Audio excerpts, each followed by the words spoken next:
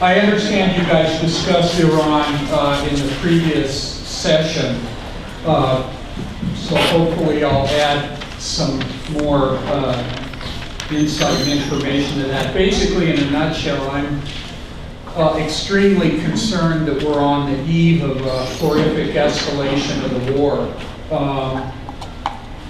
A U.S. attack on Iran, perhaps coupled with an Israeli strike on Hamas and or Syria and or Hezbollah.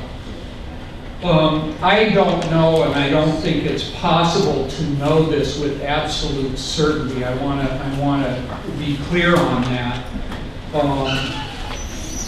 You know, although I certainly do think we have to act before there is absolute certainty. If we wait till we do have it, it will be too late.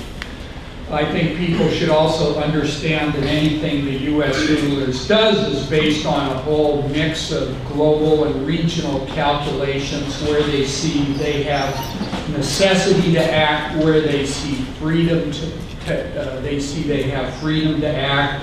If you look at what they did in 2007 with the surge, it was an escalation, but a controlled escalation, if you will.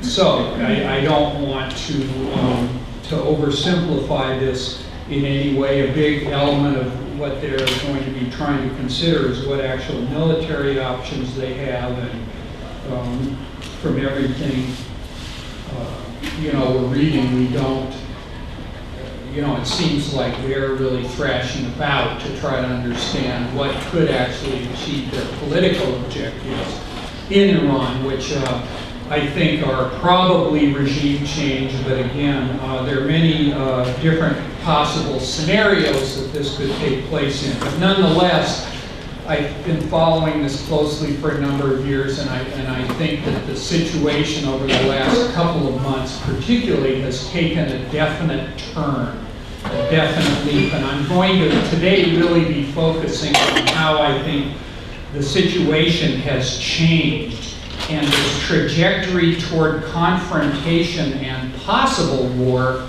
which has been going on for several years now at the least, and in a certain way even longer than that, has escalated.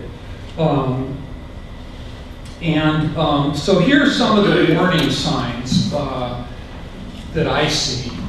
And I do want to say that if you think about this, one of the things that's different about this than the run-up to the Iraq War is it's my feeling that the bourgeois media, the mainstream media, is deliberately under-reporting and covering this up and bearing these actually very, very dangerous developments because they do not want people to be alarmed about them. And I think that that's a conscious, it's my sense that that's a conscious move on their part. You know, people are always thinking, won't the media learn from their mistakes in the 2000? No, they're an imperialist media. They're serving those interests. They continue to do so in different ways. So, to the signals. Number one, all of the top Bush officials seem to be on the same page. Not simply Cheney's office, but Robert Gates. Iran is hell-bent, he claims, on getting nuclear weapons. The head of the CIA, Hayden, Admiral Mullen, chairman of the Joint Chiefs of Staff, now David Petraeus, the head of CENTCOM, Mike McConnell, the director of national intelligence, Condoleezza Rice, who the other day said Iran was fighting a proxy war against Israel through Hamas, which is it's an escalation in how they're describing this. And of course, Bush, Cheney, and a whole other cast of characters. And interesting that, anyway, I think that's a significant thing. Second, the breadth, vehemence, and strategic character of the lies and condemnations that they're making about Iran. And just by background, I'm not going to go into a whole background on what's driving this at the deepest levels.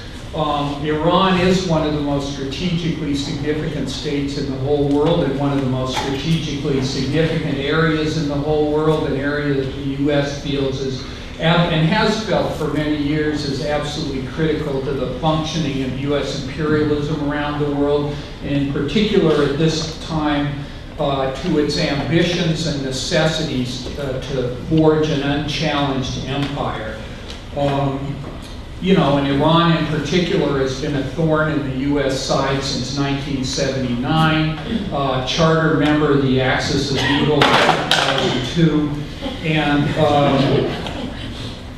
you know, and has been in the U.S. crosshairs since then. I mean, you know, in my book I talk about this even in 1985 and the hostage, you know, the arms, remember the arms for hostage things? CIA wrote a memo saying Iran is the great prize in the region. This is why we have to make this gamble to try to prevent the Soviets from coming in. And, you know, so this is how, this is very, very deep-rooted. And the problem that the U.S. rulers have faced is that the actual unfolding of this war on terror has increased their necessity to deal with Iran. I'm not saying that automatically translates into military action, but I think we can be certain that tensions and confrontation have escalated in part because of the way this whole war on terror has actually strengthened Iran, fueled Islamic fundamentalism. Remember, defeating Islamic fundamentalism and restructuring this whole region is the core of their agenda.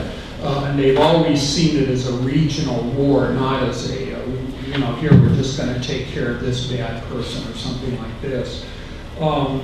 So that's what, you know, so this necessity is increased. And, you know, let's not forget that in 2006, the National Security Strategy identified Iran as the biggest problem the U.S. has in the whole world, something Bush recently repeated, where he said in Iraq, the two greatest threats that we face, Al-Qaeda and Iran, come together. Of course, if you've noticed, they're paying slightly more attention to Iran these days.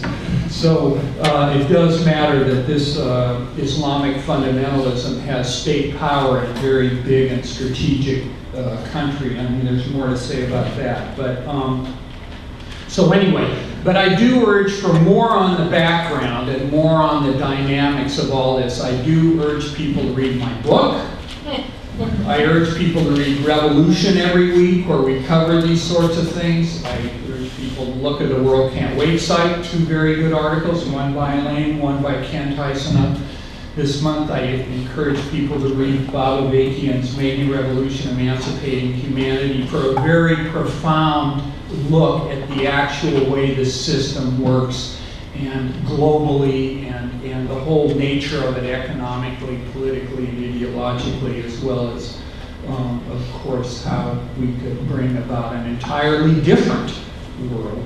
So, and in what, you know, and in terms of this point I'm making a return, the breadth, the vehement, the strategic character, the lies and combinations, I'm not going to detail what's true and what's a lie, but there's a lot of lying mixed in, but overall these do reflect, even if the specific charges they're making are not true, which for the most part they are not, they reflect imperialist necessity to deal with a state that is a huge obstacle to them. So it is not the case that, oh, they're lying, they don't have to deal with Iran, why would they go to war? No, from an imperialist standpoint, they do feel they have to deal with it. So to the charges, not simply that Iran is involved in Iraq, but Iran, Michael Hayden said, deliberately killing Americans condoned at the highest levels of the government, the biggest problem and obstacle to stability in Iraq. This is a very, very serious charge, and Petraeus is preparing a whole briefing on this. Iran is determined to get nuclear weapons. Again, many people thought one of the signs, I think very significant, that recently Gates, the Defense Secretary, McConnell, National Intelligence, and Hayden, the CIA,